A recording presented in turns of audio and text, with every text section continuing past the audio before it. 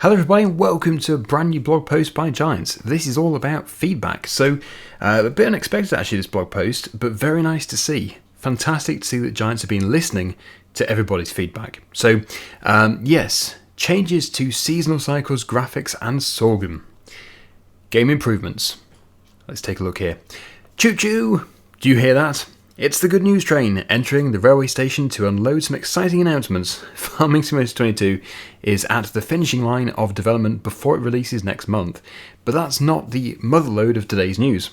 As you provided us with feedback over the last couple of weeks and months in response to our announcements and footage, our attentive community department steadily talked to our busy developers to implement various adjustments and improvements to the game.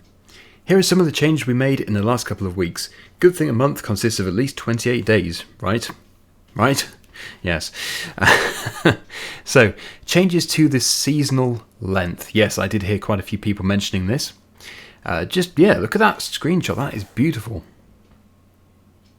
Very nice. And also the wildlife, you can see by that tree there. The middle tree. The second one in from the left, you can see we have some deer there.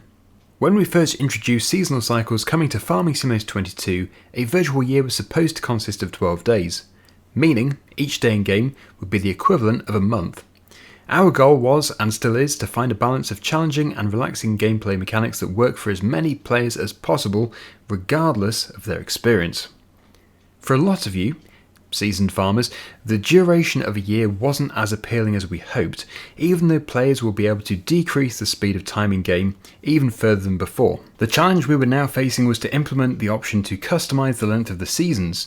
Why is that a challenge? In game development, there is a massive amount of dependencies with even the tiniest change. It's literally the risk of a butterfly effect that sticks to everything. That's especially true for seasonal length connected to various affected gameplay mechanics that might break and need to be compatible, as we can't release a game with potential errors produced by our mechanics that, in the worst case, corrupt saves games. Yeah, we cannot be having corrupted save games, that's no good. So, yes, it's clearly not easy. Long story short, longer seasons, you can increase the length of a month up to 28 days. Changes take effect after the current season is completed. Okay, very interesting to hear. Next up we have changes to the graphics. Now we have actually seen this screenshot before in a previous blog post, but yes, it gives you a nice idea of the lighting at this time of day. The lighting really does change from what we've seen in the blog post and in the trailers that we've seen, the videos. It changes considerably in each season and obviously at different times of the day. While gameplay programmers focus on gameplay mechanics and work on the gameplay side during the whole course of development, our tech guys do the same on their end, meaning the graphics still evolve between showing the first screenshots or trailer and the release of the game. Of course, we also take your feedback under consideration until the last pixel is considered final. Between the months-old game build we've shown at Gamescom, for example, and the version we're going to release in a few weeks, a lot of graphical aspects and therefore the visual appearance have changed. Okay, that's something to note. We got a lot of feedback on the aesthetics of Farming Simulator 22 and incorporated some changes while working on already planned improvements. We improved the level of detail of foliage to guarantee more beautiful transitions between colours. We fine-tuned screen space ambient occlusion, SSAO, to create more natural shadows, resulting in more natural looking surroundings. And we modified the colour grading to achieve an overall more realistic and atmospheric feeling.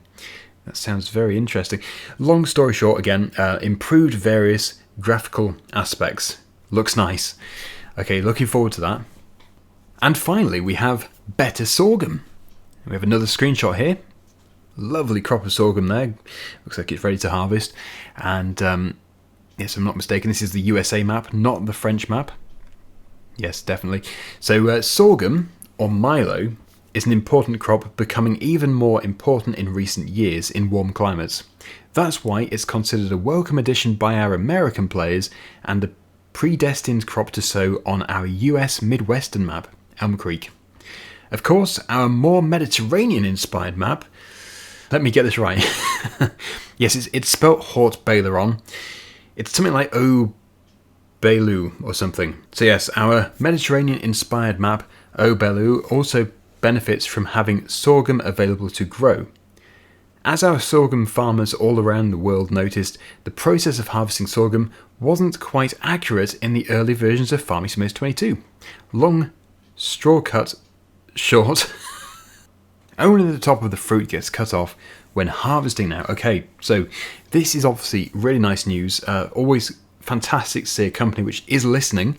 Well, I think if a company doesn't listen, like if somebody says something, or if loads of people say something, especially if it's the same thing, and then the company just doesn't do anything about it and then just releases the game anyway, it's not really going to be a promising release, is it? So it is really nice to see that Giants are making these improvements and listening to feedback. We hope you like our recent changes to Farming Simulator 22. Thank you for your feedback.